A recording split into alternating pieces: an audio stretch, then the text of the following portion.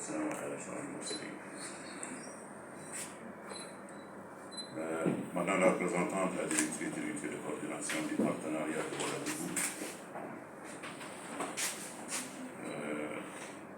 Monsieur les directeurs généraux de la santé,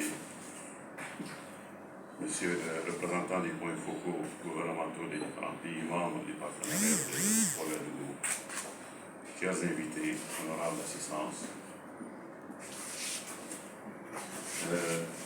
Tout d'abord, permettez-moi de nous présenter les condoléances pour le décès de M. Danon, Dr Danon, de la Côte d'Ivoire.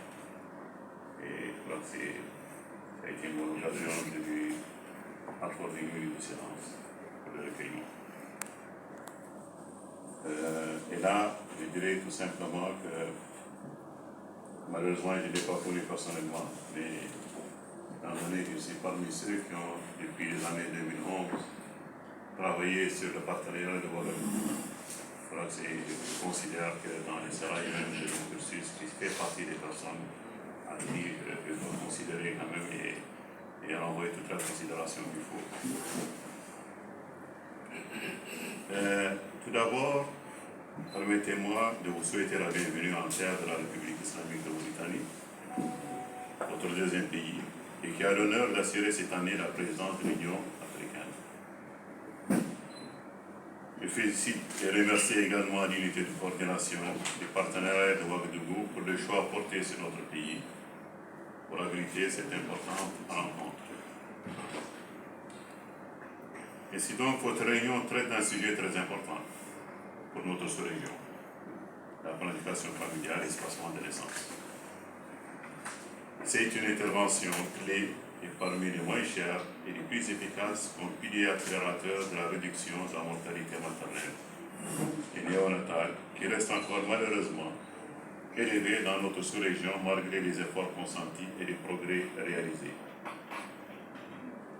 Notre pays, sous la clairvoyance de son Excellence le Président de la République, M. Mohamed Bouchir Ghazouani, a fait de la santé de la mère et de l'enfant le premier axe de notre plan national de développement sanitaire, PNDS 2022-2030. C'est ainsi que de gros efforts ont été consentis ces dernières années, et là on pourra en citer la mise en place de la stratégie du forfait obstétrical, moyennant une somme forfaitaire de 400 MRU, soit $10 à peu près, la femme enceinte est prise en charge jusqu'à 6 semaines après son accouchement. La gratuité des produits contraceptifs, sachant que la sécurisation d'une ligne budgétaire qui est en augmentation progressive a été pour couvrir tous nos besoins en produits contraceptifs et éviter ainsi les ruptures. La promulgation de la loi de la santé de la reproduction, qui est quand même un élément essentiel de ces décrets d'application.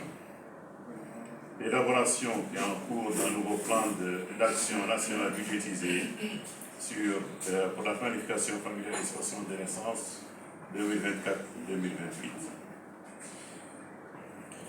Et citer également le programme de santé communautaire qui vient de voir le jour pour promouvoir la santé communautaire et aller vers les zones les plus reculées et enclavées, et qui sera porteur également de toutes les interventions concernant la santé de la reproduction et en particulier l'espacement de naissance et le planning familial.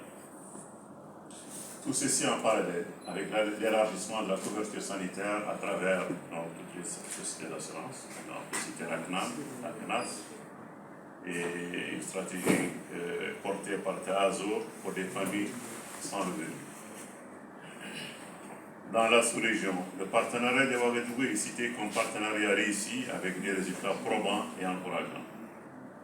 Depuis sa création en 2011, il a dépassé ses objectifs pour la première décennie en enregistrant plus de 4 millions d'utilisatrices additionnelles des méthodes contraceptives modernes dans les 9 pays membres. Pour la décennie en cours, son objectif est d'atteindre 13 millions d'utilisatrices additionnelles d'ici 2030. Tout ceci est le fruit des efforts consentis par nos gouvernements et le dynamisme de notre unité de coordination, joint au rôle joué par notre société civile et le soutien constant de nos partenaires au développement que je salue et remercie pour l'occasion.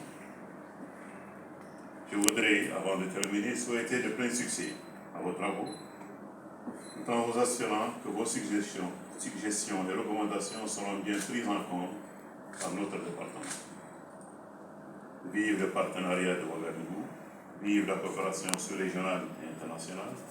Sur ce, je déclare ouverte la 3e réunion annuelle des points focaux gouvernementaux du partenariat de Ouagadougou en Nord.